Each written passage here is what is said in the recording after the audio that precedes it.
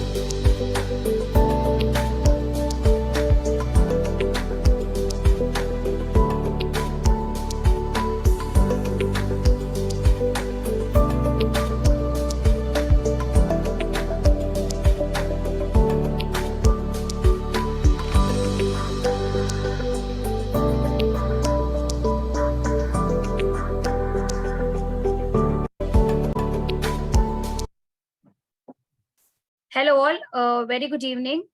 Before I start, I just want to know if I am audible. Yes, Ekta. Thank you, Pranti. Thank you so much. So hello all, a very good evening. Myself, Ekta Dubey, and on behalf of the Analytics team and our partner Ozonetel, we welcome you all on our very interesting webinar, which is enabling seamless and effective client communication in the stockbroking industry. Before we start this webinar, there are a few guidelines that I would like to highlight and make you people aware of. Requesting all the attendees to be on mute when the speakers are taking the session. There would be a Q&A after each session where the attendees can ask the questions, if any, to our panel speakers. The guidelines are you need to raise your hands, unmute yourself, introduce yourself, your company, your designation, and put your question to our panel. So before we move on, I would like to introduce our partner, Ozonetel. Ozonetel is an industry leader with customer experience space, offering businesses a robust, omni-channel platform to manage end-to-end communication flows.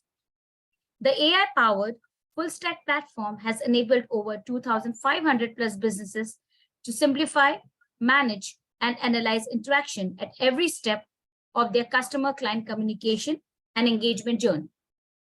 The platform helps enterprises to engage with customers at every touch point across voice, chat, SMS, WhatsApp, and other digital channels. It fully integrates with CRM and other business applications and offers a truly omni-channel experience for customer experience. And they offer its customer a global infrastructure that is fully compliant with the telecom regulations across United States, South and Middle East Asia, and India.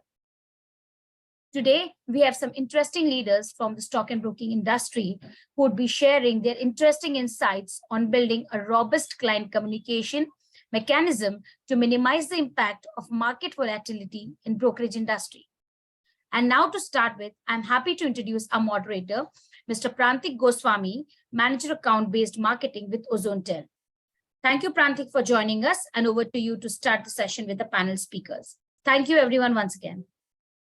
Thanks a lot, Ekta. Thanks a lot. Thank you for. I would also love to thank the panelists for taking out their time today and joining us in this exciting topic where we discuss how we can enable seamless and effective client communication in the stockbroking industry. But before we begin, I would love to ask our panelists to introduce themselves one by one so that the audience can get to know them. Maybe a little about the years of experience, what they do, what they mainly look into, and so that we can get started. Mr. Vikas, would you love to start? Just a quick intro. You're on mute.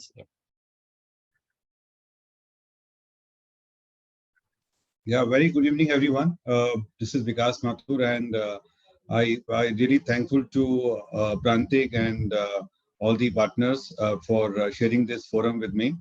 And I'm into broking and banking for last 20 years, and I'm with Rally Gear for last 1 year, and I had distribution business for Rally Gear for India, and I'm also having strategic partnership for the India for the Rally Gear. So I handle all the key relationship for the Rally Gear, and I'm into wealth management kind of sort of thing, and PCG broking also. So I'm sure this webinar is going to be very interactive with all of us, and we will also get some input from our viewers and our partners. And I'm sure the way for last 3 years we have been seeing the growth into booking industry, that will continue to happen in next 7 to 8 years time. Absolutely. Looking forward to a very exciting session and listening to your thoughts. Swapnil, would you want to introduce yourself next? Hi, good evening, everyone. My name is Swapnil Kasar, and I am currently part of Kotak Security Customer Service PCG. So I am handling this vertical for Pan India, and I have been in industry from last 8 years. So in 8 years, I have done right from dealing to right from sitting in the terminal, being in the hot seat, and from there dealing with the private equity, unlisted market, everything. So putting the experience all together, right now I'm handling the team of around, say, department of 40-45 people, where we are daily in the client communication, and this been our forte now here.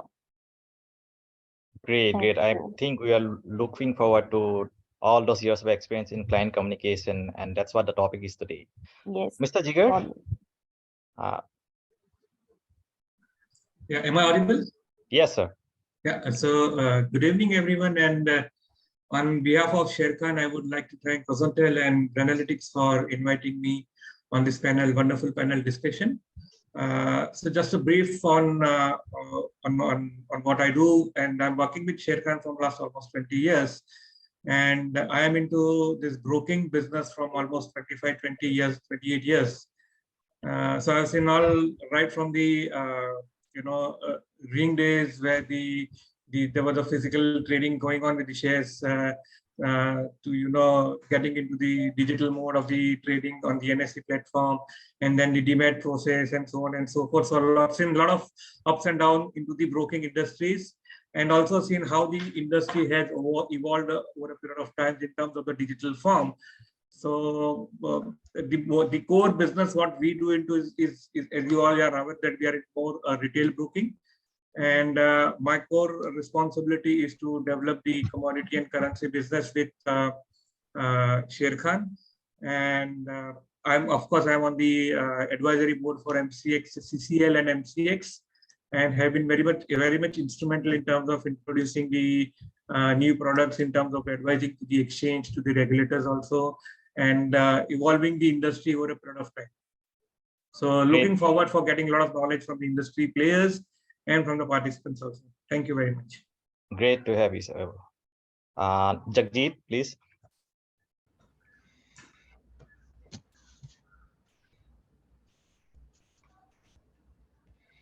Yeah, hi everybody. Thank you so much for taking your time out for attending this session. And I believe from Ozonetel side, the introduction was very well given by Ekta.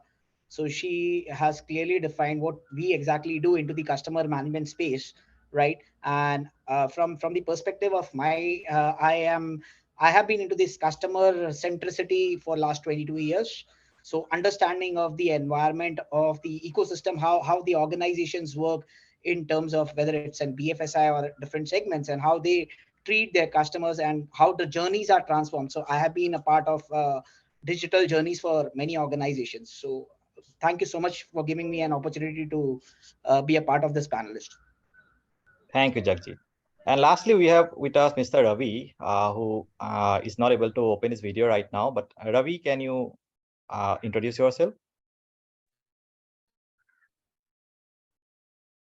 Mr. Ravi, you are on mute. Yeah, hi guys. Thanks for inviting me.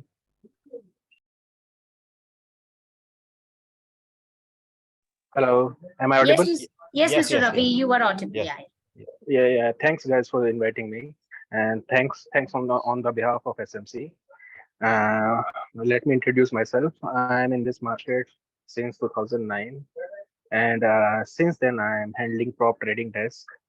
And my main agenda of my main work on the trading desk is to generate profits and all, and I have to manage operations to smooth operations. Thank you, Ravi. I Yeah. think, yeah,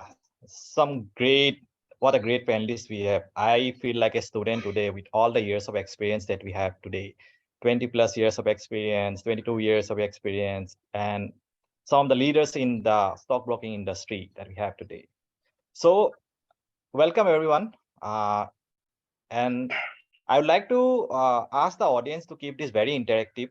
Please keep posting your questions in the chat box. I'll pick them one by one and throughout as you go ahead in the session. We'll also have some time in towards the end for the Q&A. But if we see a question which is irrelevant to the topic that has been discussed, I'll try to pick it up, and I'm sure we'll try to answer all the questions that we have today. So yeah, let's begin. As we know, the fast-paced stockbroking industry, communication is the key now. With the rise of omni-channel communication, clients now expect to be connecting to companies through various mediums. It's no more telephony or SMS only. There is WhatsApp, there is calls, there's email. So omni-channel has really taken place, and this is how companies are also evolving to offer a seamless experience to the customer. So on this note, I would like to ask the first keynote question to all the panelists, like, what are the key challenges that you have faced in terms of client communication, and what steps did you take to address these challenges? Like, Mr. Vikas, would you want to take this up? Just a brief note on the challenges and the steps. You're on mute, sir. Mr. Vikas, you're on mute.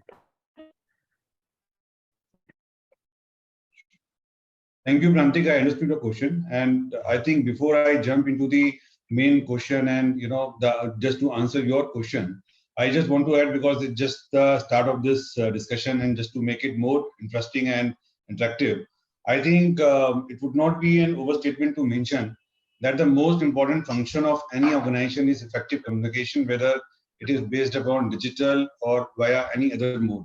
And to be very precise, for any kind of setups into service industry, apart from broking also, I think effective communication is the key function to perform all the important activities like onboarding of new customers, their servicing, and to retain these customers for long. Because if we talk about the broking industry, I think effective communication is the key driver for the growth of any broking company in terms of their revenue, their ARPU, which is average revenue per user, the higher possibility of cross-selling of the product, like whatever the product we have in different organizations, and most importantly, in acquiring new customer base for the organization, because we are into annuity income kind of business. So it's very important that just to face the challenges of the market volatility, every organization should continue to acquire new customer. So I think we may debate on many strategies on the effective communication into broking houses, but I think that trust is the most important ingredient of the broking industry. And why I'm telling you this, because broking industry is highly dynamic in nature. It's not only day, but every hour, every minute is dynamic due to market volatility. So why I'm talking about trust factor, because the biggest challenge as a broking, and I'm sure all the other panelists and my friends must agree, that in broking, the trust is the key ingredient where any customer is expecting a right answer from the broking houses at the right time. And I think if I say the trust is the glue of effective communication, the right messaging at the right time is the key strategy for any effective communication into broking. And whatever the strategies any broking houses have, they may have the sales force of 1,000 people, they may have emails, they might have chatbot, they might have anything like whatever the use of AI they are using. But if the right messaging at the right time is not delivered, I think the most of the time that is the key challenges, because all the basics are already in place. The only challenge as a broking we face, that is the right messaging which can build the trust and at the right time that is delivered to the customer end or into B2B and B2C. I think that is the main point which we must discuss in today's panel and forum. How can we mitigate the risk of the such messaging which doesn't create the build, which is not creating the trust between the B2B and B2C channels. So this is from my side. Very well put, sir. I think the key takeaway is trust is the glue of the communication, and we'll try to explore how we can set forward the right messaging so that we can build on trust. The same question goes to you, Swapnil. We'd love to hear your thoughts on the challenges and how you have solved this or worked towards it. Yeah, so being in the customer service side, my favor will always go to the client-centric per se.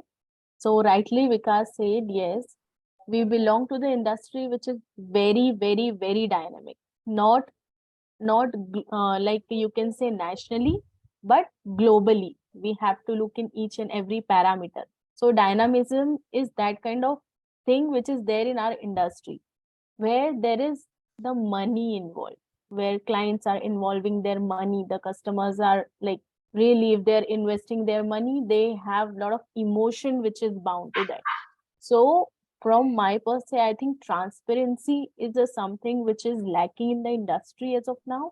And that is something where I am focusing on my model to work, where of course, when we are going offline to digital, so the transparency is something which is a challenge internally and externally. And there I am trying to build a model where, of course, coming to the answer side, the right you said, there will be there are a lot of vertical which are divided. There are chatbot, there are like in the era of chat GPT kind of thing, people have now started losing the patience, right? They want quick answer for the queries. Of course, when the customer are irritated or something, they will direct. So happy customer will directly not come to you. Basically, the customers who are irritated, who want an immediate answer, these kind of clients communication is very important in terms of giving them the clarity. So we are trying to build the model where if I have a client who are like really HNI, ultra HNI, the model for them, the tag for them will be defined where they can directly connect and they can immediately get a resolution. So that is my purpose of client communication, to minimize the tag and be very quick in terms of responding to the client. Thank you for sharing your thoughts from a customer-centric point of view. I think you mentioned about customer centricity, how dynamic the industry is, the need for transparency and quick resolving of issues. Mr. Jigar, I would love to hear your thoughts on the same. So basically, for any business, or I would say our philosophy on our broking business is our customers are our brand ambassador. Yeah. Basically, they would always vouch on in terms of the services, in terms of the support, in terms of the communication. And the most critical thing, which even Vikas and Swapnil also has said about, is the transparency level and the trust level. What you hold with the customer is a very, very important key for our broking business, because the money which is involved or the transactions which are involved in our industry is very high. So trust is very, very important. Considering the digital platforms available in the industry, or I would say in the global world, the communication channel has become very faster, no doubt about it.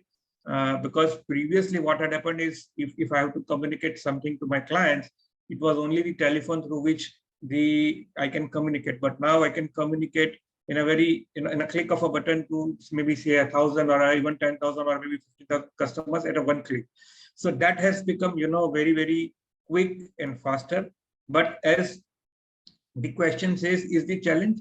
The challenge is only about the transparency and the trust level, which the way how you communicate. And most important is the how lucid language you are using in terms of the communicating to the customers also is very, very important. And explaining, and then because when a customer comes to the share market or to the commodity market, the expectation is to make money out of it by taking a little risk. So setting up the right expectation for the client is very, very important. So whenever customer comes to our platform, we explain them our products.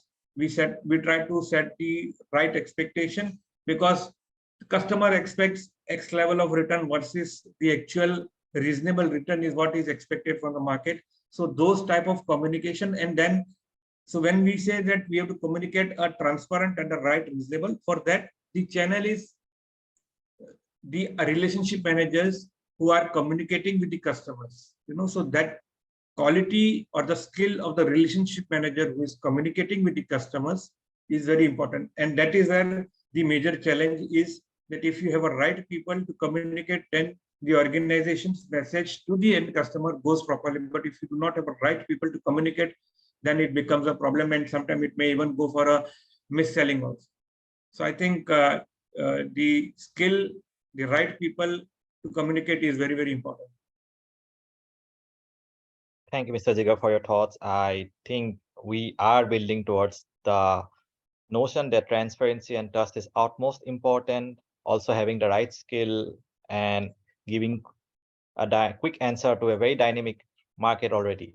Jagjit, your thoughts, please.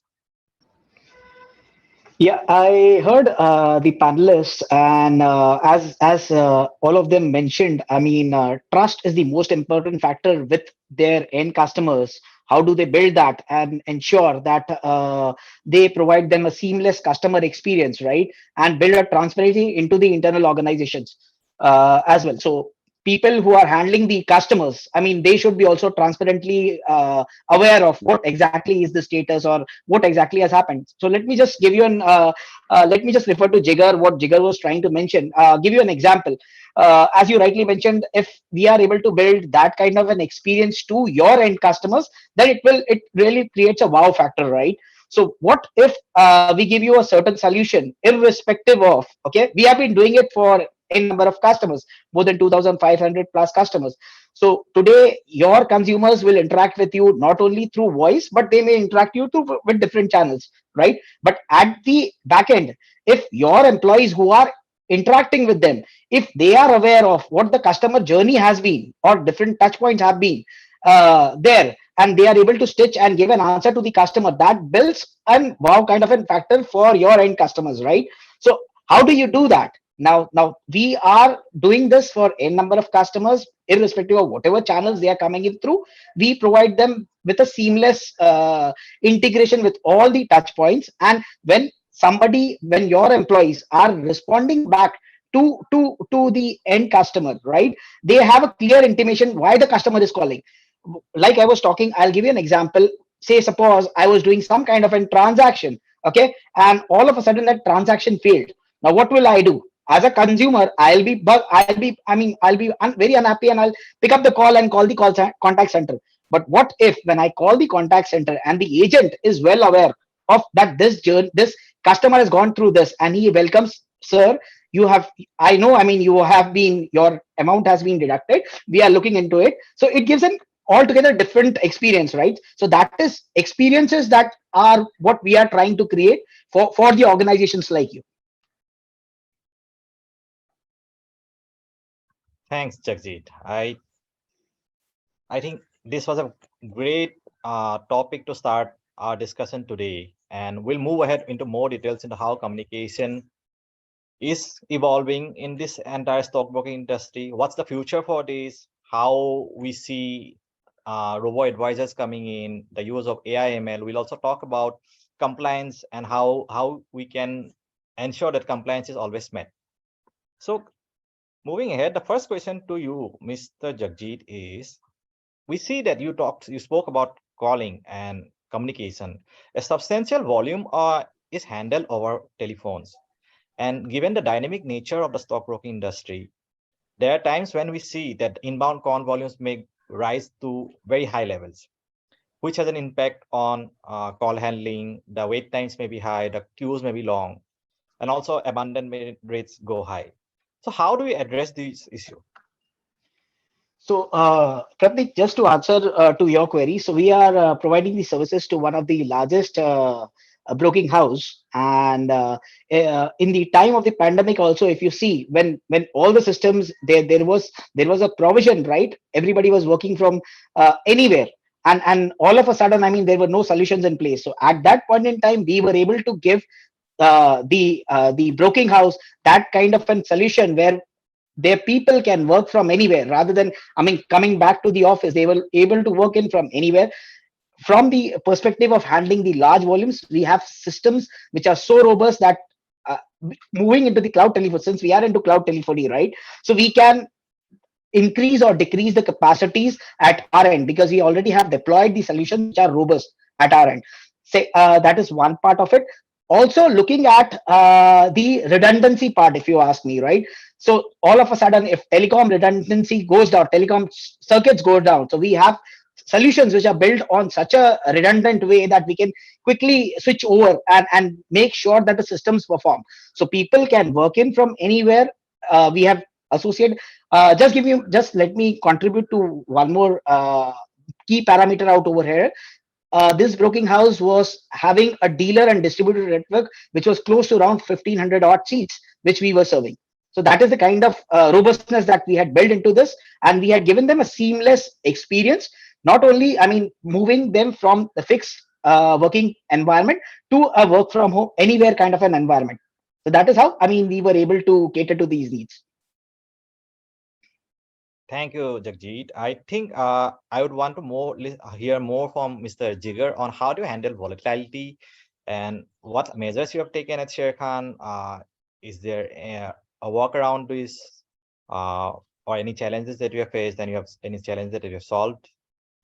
So basically, in continuation to your previous question and to my question, so basically you have to understand why a customer will contact you, either for Yes. execution or for resolving any queries like he has not got this statement or the brokerage has been charged extra or so on and so forth. So when it comes to the execution, either he can execute or he or she can execute on his own, or he can execute to my relationship managers. So when it comes to the own execution or the self trade, so I have to build my system so robust that he does not face any glitches in terms of the self execution. When it comes to execution through my relationship managers, I train my relationship manager in a way that whenever a client calls, he basically gives the best input in terms of the market requirement, market inputs. In addition to that, what are the products that are available which can suit to the clients in terms of the risk appetite also. So that is more from the execution part. So far as operational queries are concerned, I have to basically foresee what could be the queries which can be solved in a very short span of time and which can take a little longer time in terms of the turnaround time or a TED. So those queries which are easily resolvable, probably I can put a question answer sessions or a FAQ sort of on my website, which can, client can go through those FAQs and can, resolve those queries. So my inbound call for resolving those queries, that goes down drastically. Now coming to the major queries or queries which cannot be easily understandable by the clients.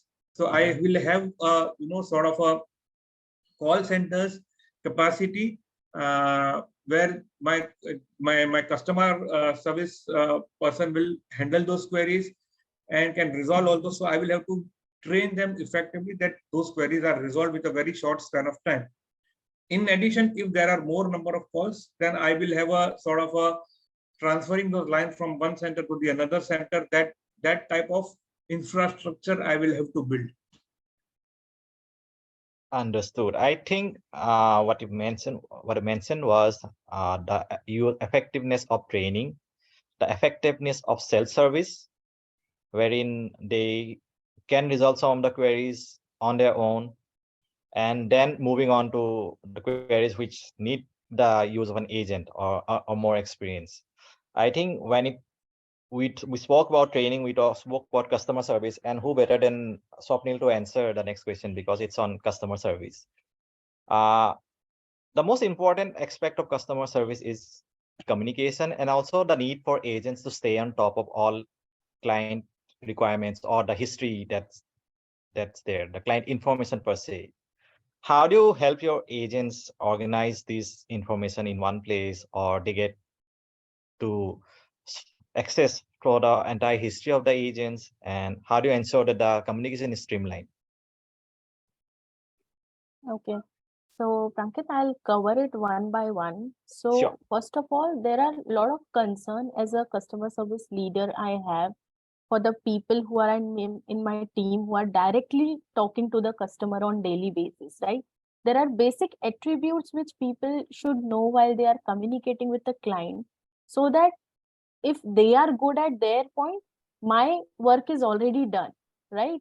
So, rightly, Jigar said that there are n number of query which will come, how we will answer those queries. So for that, I have created a model where I have kept a defined escalation matrix, where I have divided the dedicated spoke to cater to particular channel, so that we don't miss out those queries. But how do we do that? That is the main question. So as I rightly said, my main concern and basic concern is the transparency. I don't want any haywire thing to go to the client and then it get more complicated and then it come back to me to speak with the client. So that is something where I'm focusing on. Then the second is, you need to connect with the client. Whenever you are speaking with the client, you need to understand what exactly client wants to say. For that, you need to have a empathy towards the client. What you should try to understand what client is actually asking for, because if dealer and RM can deal with that, then there is no need of customer service, right? But dealer RM, they have their separate channel of doing it. So for that, of course, I also agree there should be a proper I am looking for that kind of model where right from the beginning till end, if my person is calling to the client, you should get a kacha chitta completely of the client. Right from the beginning, what was the issue, where client is coming from, and what is the exact resolution. It will be easy to analyze. It will be time minimizing also, and it will help me to get a quick resolution to the client. Right now, we are using one platform, but I don't think that is that suitable, because there are multiple things we have to go for. Of course, being in this industry, if the client is asking for the simple charges, so we have to talk to the DP, we have to talk to the risk, we have to talk to the other departments, get it summarized, and then we go to the client. Because when I talk about the PCG per se, PCG is where there are clients who are ultra HNIs, where even if I give them the digital platform, they will not use it. They want a Understood. personal touch from the service person, like in a bank. They want the same service to be there. So now I am launching one desk to minimize this challenge, which is a you can say dedicated customer service RM for those particular RM who are with us. So for that, then I am doing a lot of training, lot of you can say a lot of development exercise which we are doing. So and that then my main concern is again the ownership. If my person who's speaking to the client, he don't take a ownership and he's not interested or she is not interested to give a resolution to the client, then I think that is something which is my fail. So I focus on the development of the model, then my people who are working on that client communication. So the communication is being in the line. We will resolve the query, we will be answerable. And then the main is strongly follow. You should not be in the page where you have just client has asked for the information, you have given it and you have closed it. You should ask question to the client. Sir, are you looking for something more? You want something extra service from here? Are you satisfied? Then afterwards, a very big focus I do on whenever there is a escalation which are coming in, whenever we are discussing anything with a client, we need to repeat it. That is a very I think underrated technique, but I think it should be developed in the industry. If client has given me 4 particular concern about him, so I should be able, after the call, once the call is like conclude, I can conclude it with the repeating the things. You're looking for this, you're looking for this, and then give the proper timeline. Be in touch with the client. It should not be like we will get back to you. This is something which irritates the client most. We should be in touch with the client. If it's taking 3 days, 4 days, 5 days, if you're communicating with the client, there will be less chances of getting the escalation or irating the client. Right now we are focusing on we resolve at one go, because these days what I feel is the social media has become the very good instrument for client. Even if the company is making a mistake or not making a mistake, they are posting like anything in the social media, and social media is one of the strongest reference which goes to the people. So everyone in the company are concerned that the query should not go to the social media. Any negative message should not go on a social media, so it completely connect the reputation of the company. So these are the things which where we are focusing on. And of course, when you are rightly Vikas and Jigar said, whenever you're talking to the client, your tone has to be very minimized, you can say. A polite tone has to be used. The language we need to take care of. If you being a customer service side, you are not good in terms of speaking in English. So if client is comfortable with Hindi, you speak in Hindi, but make sure you resolve the issue. It can be Hindi, it can be Gujarati, it can be Punjabi, any language client is comfortable with. So these are the basic key attributes which I focus on, Prankit. And rest we are taking care. And yes, the main my challenge currently is the same thing with Jagjit said, that I am looking for something where I can see the complete whole picture of the client, and then that helps my agents to go through it, just resolving it at a one go. Understood. I think what you're looking for is a 360-degree view of the Exactly. client history, and you want to have it all at one place. I'm sure Mr. Jagjit might have some insights into this. Jagjit, do you want to add to this on the problems before we move ahead? Yeah, surely. I mean, whatever Jigar and Swapnali mentioned, I mean, just a few minutes back, this is what the enterprises are looking at, right? I mean, why, as an enterprise, I would want to spend my time and energy on trying to talk to different systems, and still I don't get a vision of the 360-degree view of the customer, right? So as an enterprise or as a broking house, I would want to concentrate my things on the other part. I'll concentrate on my business and let people who are expertise into this provide us a solution so that they manage the show for us, right? I don't want to get into the technology. You give me a clear picture on what, I mean, how do I manage my interactions with the customers and make sure my customer is satisfied, right? At the end of the day, customer is God for all of us, right? Absolutely. I think the need for training, the need for an omni-channel communication system, wherein be it social media, be it calls, whatever communication has come into the system, all the communications can be seen in one platform or one screen. That really helps solve the issue, I think. Moving on, my question to you, Mr. Vikas, is we have spoken about challenges, we have spoken about the key issues, but what does the future look like in the stockbroking industry? Do we expect all firms to embrace an omni-channel model? Are robo-advisors the future, or do we see a hybrid model? Or do we see an increase in AI-powered stock advisories? Can you please share your thoughts on this? Prantik, before we talk about the future, I think it's very important that we should also run through that what we have seen in last 2 decades, and I'm sure most of us have seen or heard about the growth of broking industry in last 2 decades. If you, I think, if you can recall, or I'm sure the people like Mr. Jigar and maybe others who have seen the era of 2000 to 2010, the popularity of broking as a product was limited to macros and with the specific category of the investors. And I can recall the days around 20 years back when the dematization was a very big deal. The most of the customers, they had the certificate in in their physical form, and getting them into electronic form was a big market, right? So we had this market, and the knowledge of the broking and the popularity of the broking was limited to metros and with the specific category of the investors. But just look at the last 1 decade.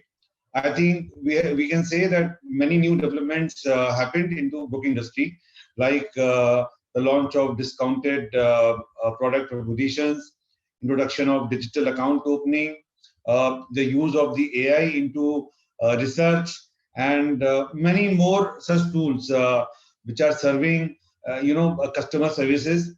Earlier, earlier the customers were only depending on the regional branches where relationship management, history management, relationship management is there. But earlier time was like when if a city like Delhi or a city like Lucknow, okay, and a broking house is having a branch there. So the local people of the Lucknow, they only consider that the branch manager and the regional staff is the spoke for them for handling all the customer services, right? This centralized model was not there 15, 20 years back. But in last 5 to 8 years, I think you all must agree the way the markets have started performing, and the way the tool like AI and digitalization have started increasing their pace. I think that has fueled the robust growth in the broking industry. Especially if we talk about the COVID period, like after 2019, I think COVID period had to compel most of the broking houses to explore digital solutions for their partners and customers. So, of course, it is not only customers, but B2B has also evolved with the digital ecosystem in last few years. And it is not only for survival of many broking houses, but this is for the the way the Indian bourses fuel the growth in terms of volumes, the way number of accounts started opening in last few years. I think that had become very imperative where the broking houses to explore digital solutions to handle such quantum. So I am not too sure. I think a few years back we had 5 crore customer base into Demat. I think it just 6 to 7 years back before COVID. And now if we talk about the today's time, this number of customer base has gone up to 11 crore now. And if I talk about the monthly quantum of the or yearly quantum of the accounts, I think that has also gone from 39 lakh to more than 3 crore, if I'm not correct, incorrect. So there, if we take up the time between 2019 to 2022, I think more than 750% growth we can notice in the yearly acquisition of the trading account between this period. So the idea is to what extent you can be depending on only the manpower, to what extent you can be depending on the relationship, okay. But I think we need to talk about what should be the holistic approach for the organizations and the broking houses, and what is next into broking industry.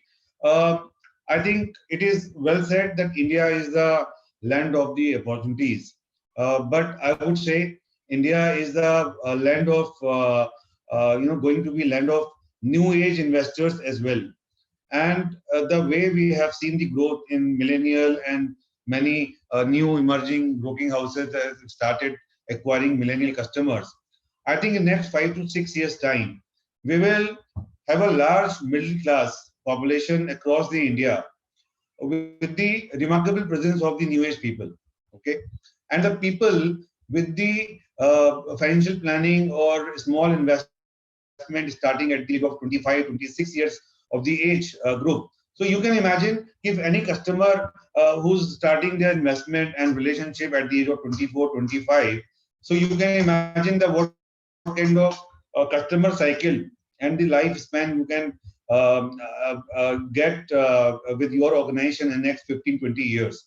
So it is not only relationship, but the use of AI, use of digital solutions, and use of digital platforms, and many other things. Because there is a specific class which even doesn't like to talk anyone. They are more tech savvy. They want every solution via tech. They don't have time to speak with anyone over the call, and they don't want to, in fact, get the relationship, right? But there is also a situation where many new age investors will be the beginner into equity broking. So no doubt, tech is going to play an important role to acquire them. Okay, but I would little disagree that such customers can be sustained, or such customers can be valued, or their lifespan, their customer life cycle can be longer basis only the AI. So even if you compare the discounted model versus full service broking house model, you will find the retention of the investors and the customers or maybe traders. I think that is much better than compared to a discounted platform. Okay, and I'm not saying that both markets are growing in parallelly. They both markets have different their USP to acquire customer.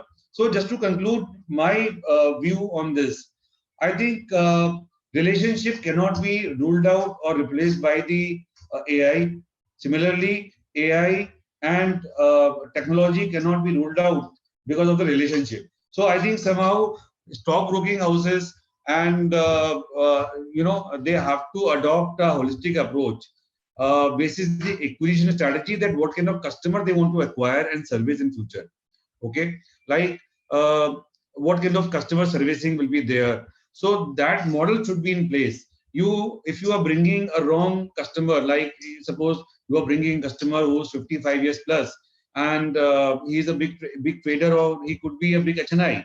So I don't think that he will be happy to trade over the tech-based platform only. He certainly needs some relationship. Similarly, any customer who's at age of 25, 26 years of the age, and he's starting his relationship with any tech-based approach. So certainly he will look forward some low-cost model where he can create some value for them by doing some 40, 50,000 rupees kind of margin to be in place, and doing the trading over there. So I think while creating an omni channel for future, stockbroking companies have to create a future roadmap first, and this roadmap can be split into different debates, like RM assisted journey versus customer initiated journey, or versus robo assisted journey. So now there's a new concept which is also going to be we will see in future, that the customer who's onboarded on DIY, he might not have any interference from any person like Sky RM or anybody who's dealing with him. That can handle be by the robo assisted journey, where a person will get a call back, and a robo system will help him to open the account. Similarly, relationship based trading to AI based research called versus robo advisory. So these three things are going to be explored in future. So organizations have to choose that which customer segment to fall under which category. And could be, I think we talked much about customer service. So I think the many organizations think, or the most of the people think, that customer service is needed when something went wrong.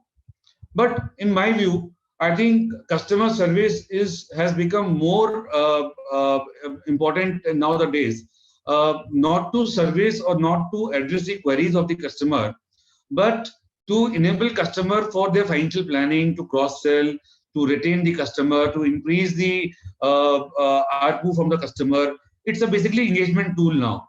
So similarly, stockbroking houses have to decide the way forward, that how they are going to service their customer through relationship, through centralized customer care, chatbot, or through regional level relationship manager. But I'm certain that use of AI and technology, again I'm repeating, the use of AI and technology cannot be ruled out for the future growth. But relationship management will survive, will exist for handling the a different kind of customer. So stockbroking houses have to choose their roadmap first, that what kind of customer they want to acquire, and basis that they have to build their model. Thank you for a very detailed answer, Mr. Vikas. I think the crux of it is to adopt different models for different customers to address your models according to the age group, the net worth. Definitely, I agree to your point where an HNI client might not be happy you not using an RM assisted model or completely tech based model, but compared to a young investor who has just started his journey might be more suited to this model. And also an interesting insight that you shared was that we doubled the number of demat account in the last 2 years, and I think this is a result of the COVID times. And also one particular instance which in Ozonetel we had was we saw the use of work from home model, which was never seen before in the stockbroking industry, because it's a very compliant, security issues compliant. There are a lot of measures. The SEBI compliance has to be met. But we did enable a few companies to work from home, or in a way work from anywhere model. Jagjit, can you share your thoughts on this, on how because I feel with increase in the number of investors in this space, there'll be more companies coming up, the queries are going to rise, the entire flow, there will be more hirings in the space too. But also in terms of operational efficiency, what this model needs, what the industry needs is also more self-service, the use of more CRM integrations to answer queries. Customer service would be at the top, but on top of this, so Jagjit, please, over to you. Yeah, Vikas, thank you so much. I mean, you mentioned it very correctly. Just to add to your point, I mean, it is one important thing that as a business we need to understand what our customer needs, right? As you rightly mentioned, and a millennial customer will not be happy on voice. He will be happy more on a tech savvy, or an customer who may be a large investor. He may not like vice versa. So once we are aware of what our customer needs are, and we are able to tie this and it give that kind of a service, that is the ecosystem we should be looking at as a business house. As mentioned by Prateek just a few minutes back, so he mentioned that how we have transformed different different organizations to, because before this pandemic, if you see, it was, I mean, not everybody was like stuck to the office, and after when the pandemic hit, we were like nowhere. How do we sustain this, or how do we make this happen? So that is when we stepped in and we made sure that we were able to serve the customers, and also maintaining the compliance part of it. So from the compliance perspective, as this is highly regulated, so we need to ensure that we have the compliance. We go by the compliances. We should be an HIPAA compliant or a PCI DSS compliant. So our solutions are in perspective of the compliance. And just to add over and above that, as you mentioned, we also need to look at, one is, while giving the technology, we also need to make sure that the technology will and we need to optimize as well the manpower that we were talking about, right? So how do we optimize that manpower is depending on your business challenges, right? Let me just give you an example.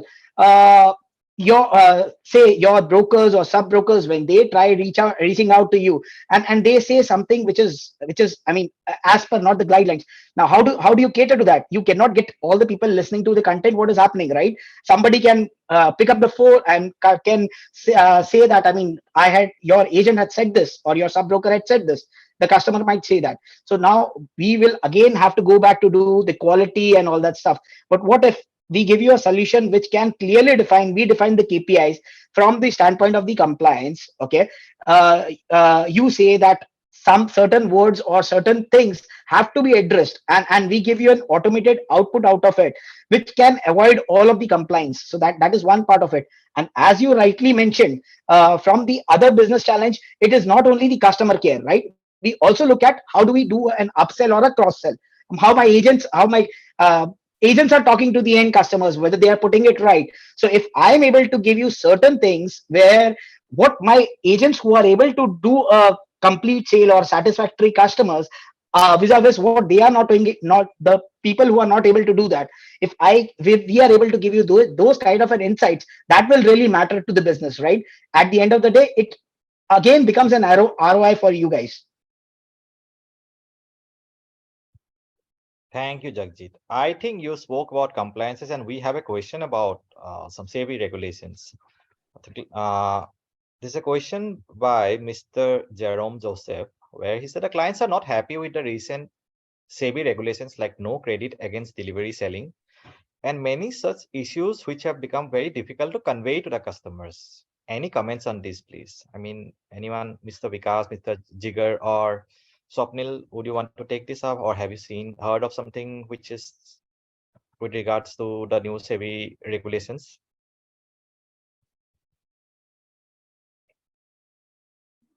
See, maybe others can also throw some light, but I want to just share my view on this. Now, 90 more than 90% volumes are happening into future and option market. That means our markets are very leveraged into F&O markets, and somehow in last few years, what I have been started realizing that SEBI is trying to fix, to minimize the leverage where retail customers, interest can be protected, and that could be the reason that the credit of the delivery selling is not giving immediately, because ultimately any retail is selling the delivery and taking the exposure into intraday or any other purpose. So I think somehow it is something for protecting the customer, retail customer from the F&O. Okay, and it could be like this. So I am sure Jigar or Swapnil can also throw some light, but this is my view. Thank you, Mr. Any further thoughts, Mr. Jigar and Swapnil?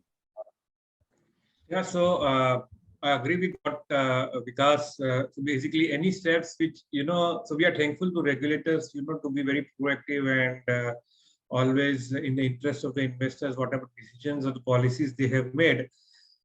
So we are also very sure that policy which they have come out is always in the interest of the investors. And going ahead, I think that would definitely be benefiting to the investors. So no doubt about it. Thank you, Mr. Jigar. Jagjit mentioned about the sub-broker networks, and we also want to get some insight. Mr. Vikas, since you handle strategic initiatives, I would want to know about how do you handle the sub-broker network, and how do you ensure that compliance is met, or they do not missell, or there's this transparency and the trust part. You are on mute, Mr. Vikas. So, Pranit, nowadays, what I feel, every booking houses, it's not only Religare, but all the booking houses having good presence into market for last many years, right? Franchisee network is very important, and B2B is a very important channel for everyone, because most of the companies have realized the 70% volumes are happening through online, right? Through mobile, through web. But franchisee channel has become more important to acquire the customer. Okay, it is still it is important for managing the relationship and assisting to the customer at the regional level for the volumes. But I do believe the right strategy by the most of the companies are toward to the direction where they are willing that customer acquisition can be happen through franchisee vertical, and they must be having a good mode of transactions via mobile, because now every company is having good mobile apps, okay, good web login, right? So the idea is, especially the millennials, if you talk about the millennial, I talk much about the millennials. If you look at their view, everybody is having the mobile app, and they, after the opening the account, they are very much comfortable to trade via their online mode. Still, there are very strict guidelines by the booking houses and regulators, where these franchisees and sub-brokers supposed to keep the voice recording machines over there, pre-date confirmations, right? Mobiles are something where they do not allow to trade like without taking the consent from the customer, okay? And the most importantly, like we have been started talking about this session with the effective communication. Effective communication, what I told you, you know, there has to be empathy into communication. So it's very important that most of the organizations have chosen effective communication from company to customer. Even B2B is there between the customer, but after having the strong guidelines on the KYC account opening, mobile number, which are the Aadhaar link. So earlier, many times we didn't have the proper maker and checker to check the registered mobile number on the account opening form. It's a long back, right? So, but now if mobile number is registered with the Aadhaar, and now in India everybody is having Aadhaar and PAN. So now Aadhaar, the mobile number has become the key mode and the key device for the communication without any Chinese whisper. And I do talk about the Chinese whisper when many people are involved. So I think it is at the time when most of the organizations have already started working and already implemented the effective communication from central level to customer. And this is how the B2B businesses are there, and they are also happy because ultimately booking houses keep sufficient margin from them, right? Just to mitigate the frauds or anything happened by them to with the customer. So I think the number of the way SEBI has regulated all these things have minimized now. Understood. Thanks, Mr. Vikas. Any further insights on this from other industry experts, Mr. Jigar or Mahima? Sorry, Swapnil. Or we can move on to the next audience. We have another question from the audience. So the next question is from Mr. Shailesh. With technology comes digital frauds. How does a company win the confidence of a customer that the link is a trusted one? We have been talking about trust from the start of the discussion, and can anyone pick this up? So I can answer this. Yes, Mr. Jigar. So basically, in this today's technology, but a lot of things such frauds and phishing, mails, SMS, maybe nowadays WhatsApp also, you get a lot of things on your mobile or email also. So there are two things to it. One is educating the customers and the proactiveness towards by taking the appropriate actions. So the moment we come across any of the phishing emails or feedback from the customers, we immediately investigate. We immediately take the proactive steps by doing a due diligence and informing the customers, as well as training to the relationship managers, to the customer service team, and all those teams who are directly or indirectly connecting with the customers to inform that these have been come to our notice, this is what is happening, and immediately what action, in case any customers comes across this situation, what action or do's and don'ts in such situation has to be done by the customers. And in case any help requires or any training requires, we immediately arrange the training programs for the customers.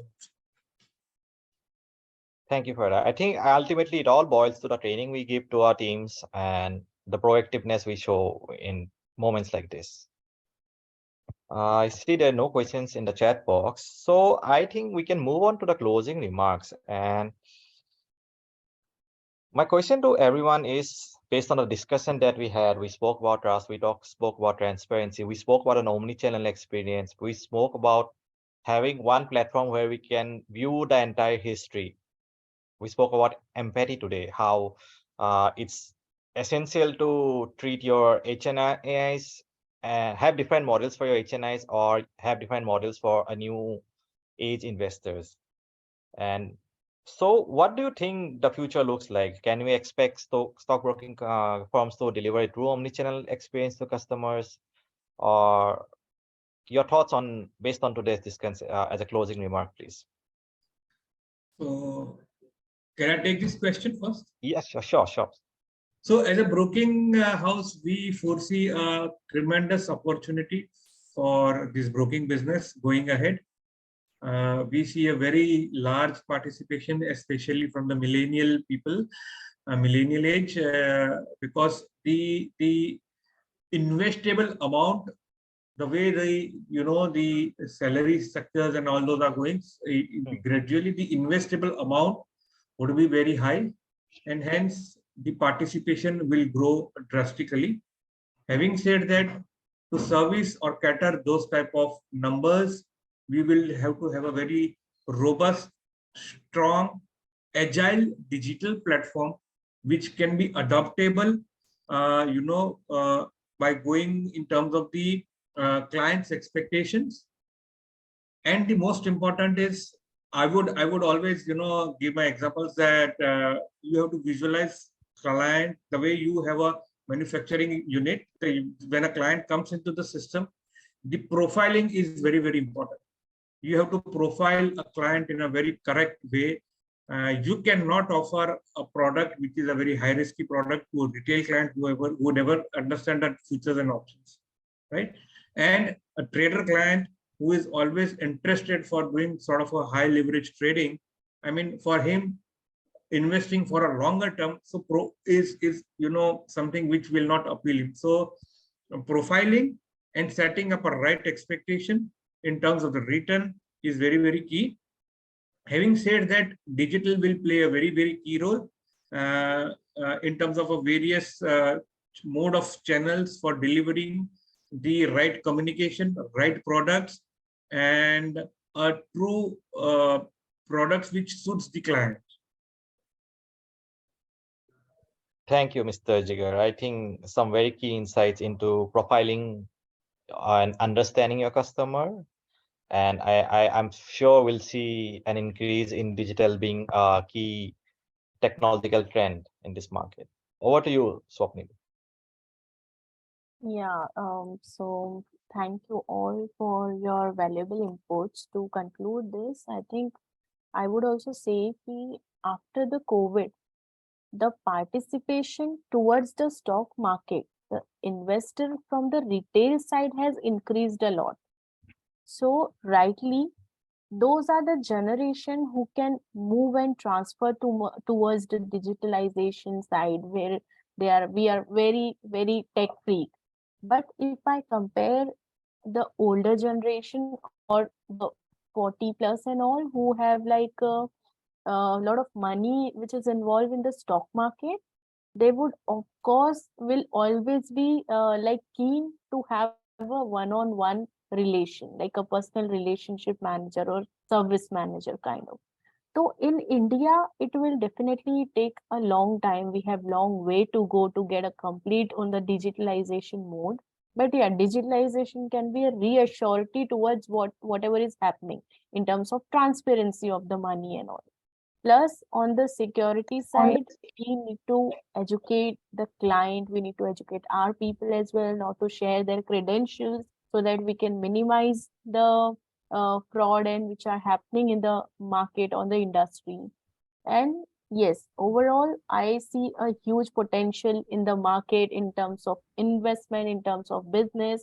And I think this is the second largest growing industry in the India after COVID. So My personal interest toward the share market, my love towards the market is something which always keeps me in the market. And that is how I feel for my customer. If I have the same concern, I put myself in their shoes and then I try to resolve the query. So yes, of course, the client communication is the very essential key for the business, any business, not even stock Uh, market, for each and every business. Absolutely. And one key insight of this, the word you mentioned before, was empathy Yes, and understanding your customers. correct, correct. Over to you, Mr. Vikas, some closing notes. Uh, yeah, Prantik, and thank you very much for giving the start from my side. And now here I'm the last speaker to conclude this forum. And it's a very pleasure a platform with all of you where we interacted about too many things in very short time. So I think just to conclude, not only broking, but uh, I want to tell you that how do I see the growth in the market and growth in this segment. If you look at the mutual fund AUM and at the country level, that is close to 40 lakh crore. Okay, and that is growing with a decent pace of 6 to 7% year over year, and still we are hardly 17% of the GDP. Okay, the Indian mutual fund AUM.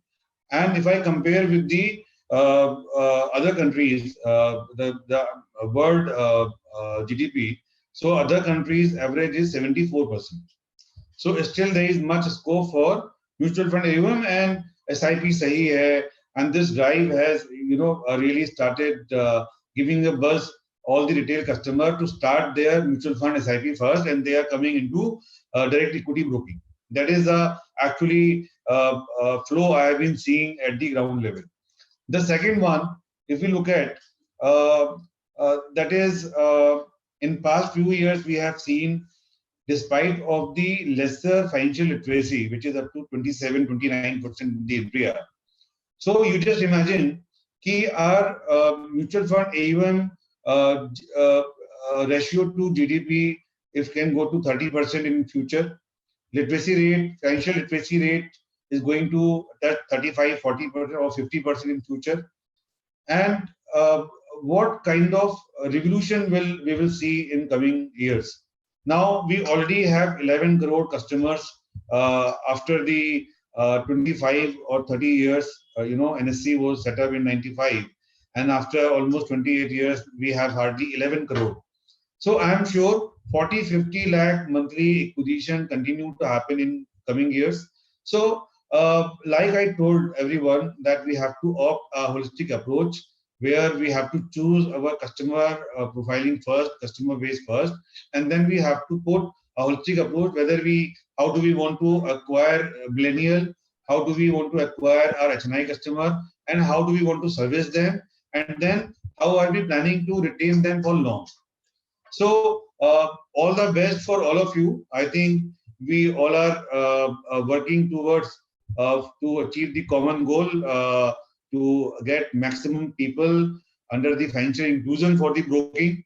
I think that is a noble cause we are doing. I think most of us are doing the same. We are creating a new market.